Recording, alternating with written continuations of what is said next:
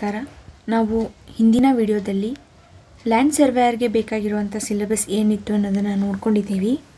ಹಾಗೆ ಇದರದ ಎಲಿಜಿಬಿಲಿಟಿ ಬಗ್ಗೆ ಕೆಲವರಿಗೆ ಡೌಟ್ ಇದೆ. ಸೊ ಈ ಭೂಮಾಪಕರು ಹುದ್ದೆಗೆ ಬೇಕಾಗಿರುವಂಥ ಎಲಿಜಿಬಿಲಿಟಿನ ನೋಟಿಫಿಕೇಷನಲ್ಲಿ KA ಅವರು ಮೆನ್ಷನ್ ಮಾಡಿರೋ ಪ್ರಕಾರ KA ಅವರು ಕೇಳಿರುವಂಥ ಎಲಿಜಿಬಿಲಿಟಿ ಏನಪ್ಪ ಅಂದರೆ, ಯಾವುದೇ ರೆಕಗ್ನೈಸ್ಡ್ ಯೂನಿವರ್ಸಿಟಿಯಿಂದ ಇಂಜಿನಿಯರಿಂಗ್ ಪದವಿನ ತಗೊಂಡಿದ್ದು, ಯಾವುದೇ ಸಬ್ಜೆಕ್ಟ್ ಆದರೂ ಪರವಾಗಿಲ್ಲ, ಇಂಜಿನಿಯರಿಂಗನ್ನು ಕಂಪ್ಲೀಟ್ ಮಾಡಿದರೆ ಅವರು ಇದಕ್ಕೆ ಎಲಿಜಿಬಲ್ ಇರ್ತಾರೆ. ಇಂಜಿನಿಯರಿಂಗ್ ಅಲ್ಲದೇ ಯಾವುದೇ ಟೆಕ್ನಿಕಲ್ ಕೋರ್ಸ್ನ ಮಾಡಿದ್ದು ಅದರಲ್ಲಿ AMIE ಈ ಪದವಿಯನ್ನು ಹೊಂದಿದರೆ ಇವರು ಎಲಿಜಿಬಲ್ ಇರ್ತಾರೆ. ಇಲ್ಲಪ್ಪ ನಾವು ಇಂಜಿನಿಯರಿಂಗ್ ಮಾಡಿಲ್ಲ ಅಂತ ಹೇಳಿದ್ರೆ ಈವನ್ ಡಿಗ್ರಿ ಕೂಡ ಕನ್ಸಿಡರ್ ಮಾಡ್ತಿದ್ದಾರೆ. ಯಾವುದೇ ರೆಕಗ್ನೈಸ್ಡ್ ಯೂನಿವರ್ಸಿಟಿಯಿಂದ ಮ್ಯಾಥಮೆಟಿಕ್ಸಲ್ಲಿ, ಫಿಸಿಕ್ಸಲ್ಲಿ, ಕಂಪ್ಯೂಟರ್ ಸೈನ್ಸಲ್ಲಿ, ಇನ್ಫಾರ್ಮೇಷನ್ ಟೆಕ್ನಾಲಜಿಯಲ್ಲಿ, ಇನ್ಸ್ಟ್ರುಮೆಂಟೇಷನ್, ಎಲೆಕ್ಟ್ರಾನಿಕ್ಸ್ ಆ್ಯಂಡ್ ಕಮ್ಯುನಿಕೇಷನ್ಸ್ ಹಾಗೂ ಅಗ್ರಿಕಲ್ಚರಲ್ BSc ಯಾರ್ಯಾರು ಮಾಡಿರ್ತೀರ ಇವರು ಕೂಡ ಎಲಿಜಿಬಲ್ ಇರ್ತಾರೆ. ಅಂದರೆ ಕಾಮನ್ ಡಿಗ್ರಿ ಮಾಡೋರು, BSc ಮಾಡೋರು, ಇವರ ಕಾಂಬಿನೇಷನ್ನಲ್ಲಿ ಫಿಸಿಕ್ಸ್ ಅಂತೂ ಕಂಪಲ್ಸರಿ ಇರಬೇಕು. ನಿಮಗೆ ಅಪ್ಲಿಕೇಶನ್ ಪ್ರೊಸೆಸಿಂಗಲ್ಲಿ ಕೇಳ್ತಾರೆ. ಎಲಿಜಿಬಿಲಿಟಿ ಆಗಬೇಕಂದ್ರೆ ನೀವು ಆ ಆಪ್ಷನ್ಸ್ನಲ್ಲಿ ಫಿಸಿಕ್ಸ್ನ ಚೂಸ್ ಮಾಡಿದರೆ ಮಾತ್ರ ನೀವು ಎಲಿಜಿಬಲ್ ಆಗ್ತೀರಾ. ಸೊ ಇಲ್ಲಿ ಕ್ಲಾರಿಟಿ ಇಟ್ಕೋಬೇಕಾಗಿರೋದು ಏನಪ್ಪ ಅಂದರೆ, ಇಂಜಿನಿಯರಿಂಗಲ್ಲಿ ನೀವು ಯಾವುದೇ ಕಾಂಬಿನೇಷನ್ ಅಥವಾ ಯಾವುದೇ ಸ್ಟ್ರೀಮಲ್ಲಿ ಓದಿದರೂ ತೊಂದರೆ ಇಲ್ಲ, ಅವರು ನಿಮಗೆ ಸಬ್ಜೆಕ್ಟ್ನ ಕೇಳಿಲ್ಲ. ಆದರೆ ಕಾಮನ್ ಬೇಸಿಕ್ ಡಿಗ್ರಿ ಮಾಡಿರೋರಿಗೆ ಮಾತ್ರ ಈ ಪರ್ಟಿಕ್ಯುಲರ್ ಸಬ್ಜೆಕ್ಟ್ಸ್ ಅಂದರೆ ಇವಾಗ ಮ್ಯಾಥ್ಸ್, ಫಿಸಿಕ್ಸ್, ಕಂಪ್ಯೂಟರ್ ಸೈನ್ಸ್ ಇಲ್ಲಿ ಮೆನ್ಷನ್ ಮಾಡಿರುವಂಥ ಸಬ್ಜೆಕ್ಟ್ಸ್ ಕಾಂಬಿನೇಷನ್ಸು ನಿಮ್ಮ ಕಾಂಬಿನೇಷನಲ್ಲಿ ಇದ್ದರೆ, ಫಾರ್ ಎಕ್ಸಾಂಪಲ್ ಈಗ PCM ಓದಿದ್ದೀವಿ ನಾವು ಅಂತ ಹೇಳಿದ್ರೆ ಇಲ್ಲಿ ಫಿಸಿಕ್ಸ್ ಅನ್ನೋದು ಓದಿರ್ತೀರಾ ಆ್ಯಂಡ್ ಮ್ಯಾಥ್ಸ್ ಅನ್ನೋದು ಕೂಡ ಓದಿರ್ತೀರಾ. ಆ್ಯಂಡ್ ಈವನ್ ಇನ್ನು NEP ಬ್ಯಾಚಸ್ಗೆ ಎರಡೇ ಕಾಂಬಿನೇಷನ್ ಇರೋದ್ರಿಂದ ಇವರು ಈ ಫಿಸಿಕ್ಸ್ ಅಥವಾ ಮ್ಯಾಥ್ಸ್ ಈ ಥರ ಕಾಂಬಿನೇಷನ್ಸ್ ತೊಗೊಂಡಿರೋರು ಈ ಅಪ್ಲಿಕೇಶನ್ಗೆ ಎಲಿಜಿಬಲ್ ಇರ್ತಾರೆ. ಫಾರ್ ಎಕ್ಸಾಂಪಲ್ PM ಅಂದರೆ ಫಿಸಿಕ್ಸ್ ಮ್ಯಾಥ್ಸು, ಫಿಸಿಕ್ಸ್ ಕೆಮಿಸ್ಟ್ರಿ ಅಥವಾ maths and physics, maths and computer science, ಈ ಥರ ಕಾಂಬಿನೇಷನ್ಸ್ನ ಯಾರ್ಯಾರು ತೊಗೊಂಡಿರ್ತೀರೋ ಈ ಮ್ಯಾಥ್ಸ್ ಅಥವಾ ಫಿಸಿಕ್ಸ್ ಅನ್ನೋ ಒಂದು ಸಬ್ಜೆಕ್ಟ್ನ ನೀವು ಕೋರ್ಸ್ನಲ್ಲಿ ಓದಿದರೆ ನೀವು ಎಲಿಜಿಬಲ್ ಇರ್ತೀರ, ಅಪ್ಲಿಕೇಶನ್ನ ಹಾಕ್ಬೋದು.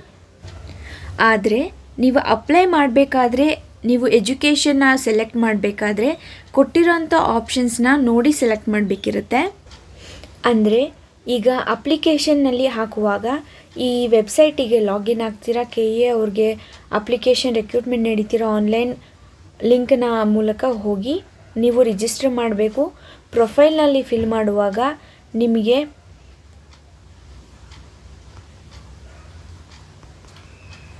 ಅಡಿಷ್ನಲ್ ಕ್ವಾಲಿಫಿಕೇಷನ್ಸ್ ಅಂತ ಕೇಳ್ತಾರೆ.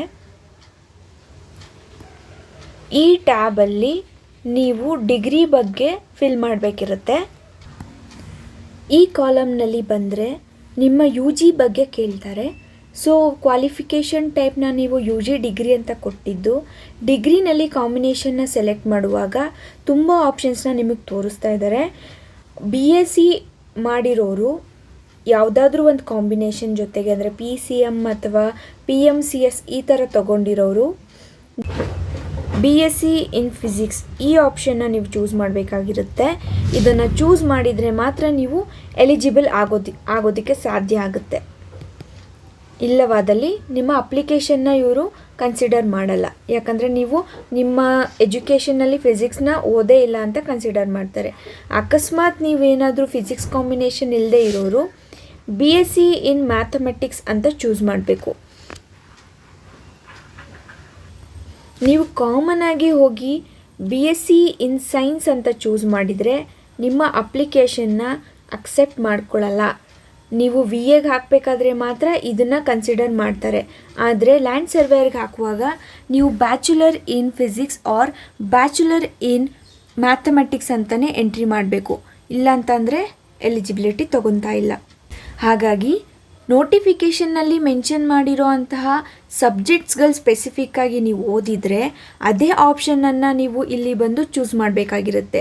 ಇವನ್ ದೋ ನೀವು BScನಲ್ಲಿ 3 ಕಾಂಬಿನೇಷನ್ ಅಥವಾ 2 ಕಾಂಬಿನೇಷನ್ನ ಓದಿದ್ದು ಆ ನೋಟಿಫಿಕೇಷನಲ್ಲಿರೋ ಒಂದು ಸಬ್ಜೆಕ್ಟು ನೀವು ಓದಿದರೆ ಆ ಹೆಸರುಗಳನ್ನೇ ಇಲ್ಲಿ ಚೂಸ್ ಮಾಡಿದ್ರೆ ಮಾತ್ರ ನೀವು ಅಪ್ಲಿಕೇಶನ್ನ ಲ್ಯಾಂಡ್ ಸರ್ವೇರ್ಗೂ ಕೂಡ ಹಾಕ್ಬೋದು. ಹಾಗೆ ಸೆಲೆಕ್ಟ್ ಮಾಡಿ ಈ ಕೆಳಗಡೆ ಕೋರ್ಸ್ ಕಾಂಬಿನೇಷನ್ಸ್ ಅಂತ ಆಪ್ಷನ್ ಇದೆಯಲ್ಲ, ಇಲ್ಲಿ ಬಂದು ನಿಮ್ಮ ಆಪ್ಷನ್ನ ಎಂಟ್ರಿ ಮಾಡಬೇಕಾಗಿರುತ್ತೆ. ನೀವು ಫಿಸಿಕ್ಸ್ ಓದಿದ್ದಲ್ಲಿ ಫಿಸಿಕ್ಸ್ ಅಂತ ಸೆಲೆಕ್ಟ್ ಆಗುತ್ತೆ ಆ್ಯಂಡ್ ನಿಮಗೆ ಬೇರೆ ಆಪ್ಷನ್ಸನ್ನು ಇಲ್ಲಿ ಕೊಡಲ್ಲ.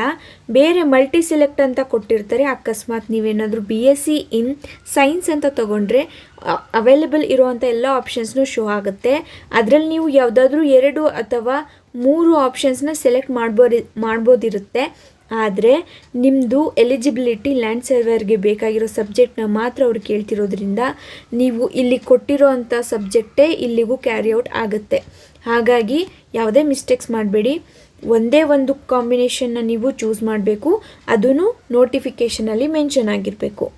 ಹೀಗೆ ಮಾಡಿದ್ರೆ ನಿಮ್ಮದು ಅಪ್ಲಿಕೇಶನ್ ಅಪ್ಲೈ ಆಗುತ್ತೆ. ಸೊ ಐ ಹೋಪ್ ನಿಮ್ಮ ಡೌಟ್ ಇಲ್ಲಿ ಕ್ಲಿಯರ್ ಆಗಿದೆ ಅಂತ. ಬೇರೆ ಏನೇ ಇನ್ಫಾರ್ಮೇಷನ್ ಬೇಕಿದ್ದರೂ ಕಮೆಂಟ್ ಮಾಡಿ.